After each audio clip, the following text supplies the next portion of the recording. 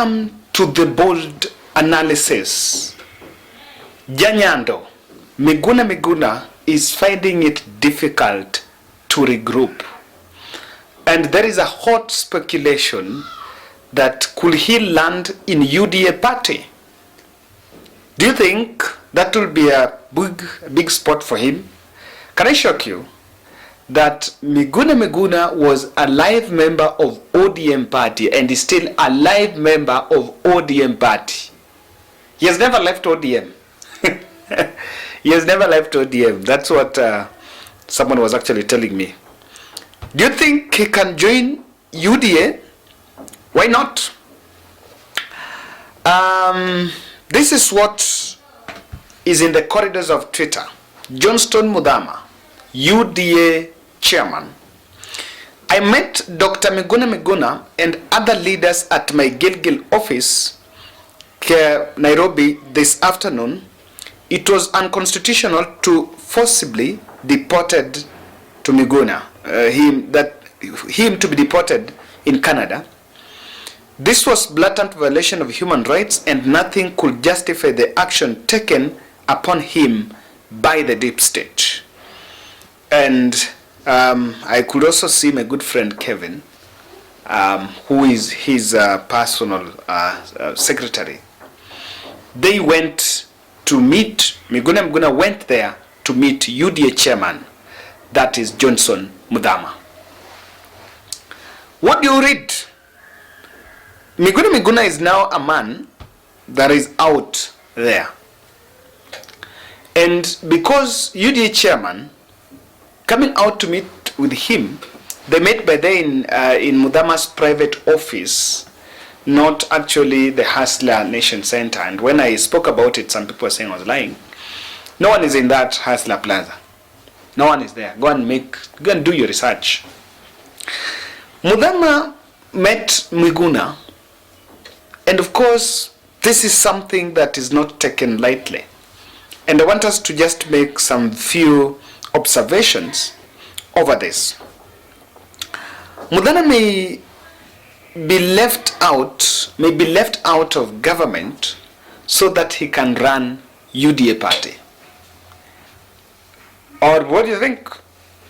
According to the constitution, if you're appointed in a government office, you must relinquish party position. That's why Musalia Mudavadi was forced to resign, and he picked, I think the current, Lamu governor, Isatimami. So Muthama may have been left because his Secretary General, Veronica Maina, was nominated to the Senate, and quite a number of people that were within the party ranks were also taken, have also gone to government. Miguna may find it difficult. I feel he has found it difficult to sail with anti-Raila rants. And true to our advice, he seems to have dropped that position of attacking Raila left, right, and center and saying everything about Raila Odinga. It's no longer juicy to the ears, it's not adding value to the airtime, and it's actually denying him airtime. The reception in Kisumu we're waiting to tomorrow, and I wish he doesn't just go to Kisumu. He goes beyond Kisumu. He should go to Homa Bay, Migori. He should try Siaya, not try. He should go to Siaya, my place. And with that we can get, just going to Kisumu and Ahero will not give us a good reception, really a reception of Miguna. And I don't agree with people who say that Miguna is a lightweight. He should go to these other places, and not just Nyanza, but the Raila is not just in Nyanza. He should also go to Mombasa, and Kambani and these other areas. The biggest challenge Joshua Miguna is facing is integration. Integration. When after coming back, where do you start? Where do you start? And that's why I'm not shocked if he can make a move to head to UDA. But the challenge with integration is not only a problem that himself he creates. Is the character And the character of just bashing everyone makes people lose trust and believe that you really stand in for a mantra, because you also need to just have a stand. You never know, you can be with him today, tomorrow when he walks out, he's a different person, he has changed. So integration has found it difficult because of also anti-Raila rants. When you talk so much about Raila and people that support Raila, you tend to lose a chunk of the support. And even leaders who want now to be with you, regroup with you, find it difficult to work with you because, for example, how would you think Nyanza leader, elected leader, will work with Miguna if you keep on talking about Raila? The good thing, the intention in politics is this, that never show your intentions.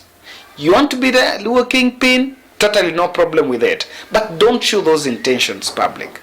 That's why there was a lot of frustration between Uhuru Kenyatta, and that was because of the fallout, because of open intention. And because he has opened and has given himself out there, there is a possibility that Ruto might use him and dump him in the altar of politics. The forces against him are so many. Leave alone even Raila, the Raila supporters are not bothered about Miguna. But even within Ruto's deep state, there are forces against him. Oduor wants to use that position to be a voice that can be heard in Nyanza. So, Miguna wants the same, but he lacks something tangible to take to the people. So, Oduor is also a force he has to reckon with. He has to really contend with some very unnecessary attacks, reduce these unnecessary attacks. And again, you want to lead the Luo people and not Luo people. You want to lead Luo Nyanza and you want to abuse them. But do you think Raila was made Raila because of being a Luo kingpin? No! No!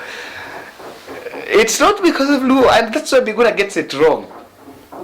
Raila was not Raila because of typically Luo. Luo is normally just a buffer zone. But if you go to Mombasa, you get the support. When you get to Luhya, you get support. You get to Kambani, here in Nairobi.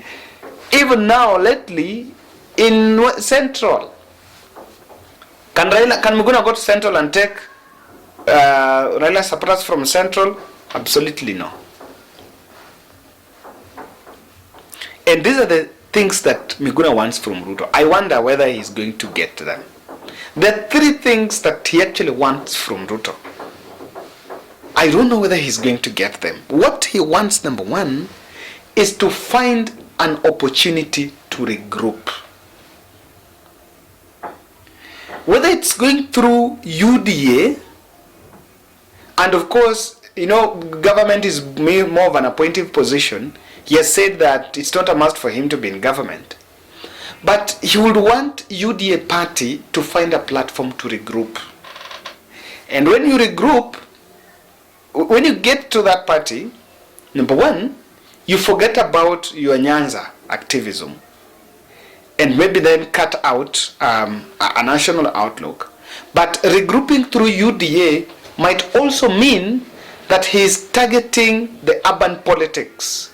He's targeting an elective seat perhaps in Nairobi, a senator or a governor seat in Nairobi. I think he might even now go to UDA and vie as a senator in Nairobi through UDA. If he is to go through UDA, then that's in future elections.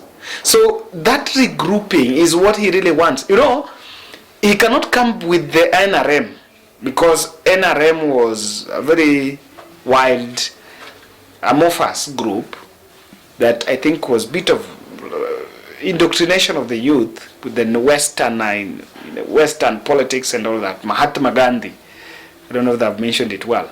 That cannot come because that will go against government. And it's easy to get a buffer zone in the party, get a small position, you know, there, deputy party leader or secretary general Secretary General haizi pewa. What do you think the position he can be given? Then, use that to play urban politics and drop that overambitious plan of being Raila Odinga's successor. Because again, when you just want to be, I want to be the next Raila, you will have to float for some 10 years. And who knows? Next election, maybe things change. So the reason why, one of the things that Miguna will look for from Ruto is that a platform to regroup.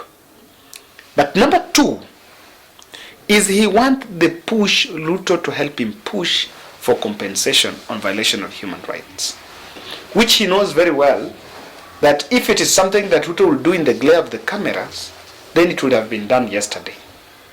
But because it touches on a process that visibility of the government might not be seen, if Miguna is winning, if he wins these cases on the basis that government facilitated and Ruto did something, it's better. But because he will not take, because he has not even given credit to the fact that William Ruto is the person that facilitated it. And this is the truth. Yes, there were those court orders. If Uhuru Kenyatta wanted to bring Miguna, he would have brought Miguna. William Ruto had the intention, and of course, even though it was used as a political tool for to gain some mileage, but again, credit where it's due. Ruto did something. Now, that compensation, he would actually want Ruto to spread the venom against the Matiangis and the people, and through that, he will get that compensation. The other third thing, lastly, and that is where the point of departure, Miguna would want Ruto to impose him as a Luo point man. And when Ruto tries to impose him as a Luo point man, that will bring the point of departure between Raila and Ruto completely. I can tell you, you can see members of parliament on Raila's side having a very soft spot for Ruto. And in the parliament, the legislative agenda, for it to succeed, you will have to cross over the other side and get some 1 or 2 people to work with. But when Miguna will not want him to be, and that's a very difficult task, that will even make Ruto unpopular in Nyanza, because you are going against a grain. You seems to be going there for an onslaught. It's not possible. And that is one thing that he actually wants. You know, if he is to be offered security, given resources, do campaigns Nyanza here and there, for now, under what platform? How would you bring people? You know, if you are a party leader, if you have a party position somewhere and you want to do something, at least you get the way you can channel. But just a citizen by a narrative that I was deported, now I'm back, it's not enough to marshal for people and become a voice. On a party platform, you can get media coverage easily. No party is doing a press briefing on this, one, that. There is party elections here and there. There are also by-elections that are going on, through by-elections to find opportunity to go and campaign. And then that's how life is going to move on. So that's how I'm looking at things, guys. And do you think Miguna should join UDA? Can he join? Can he? And that will be bad news to William Ruto. That's my bold, guys.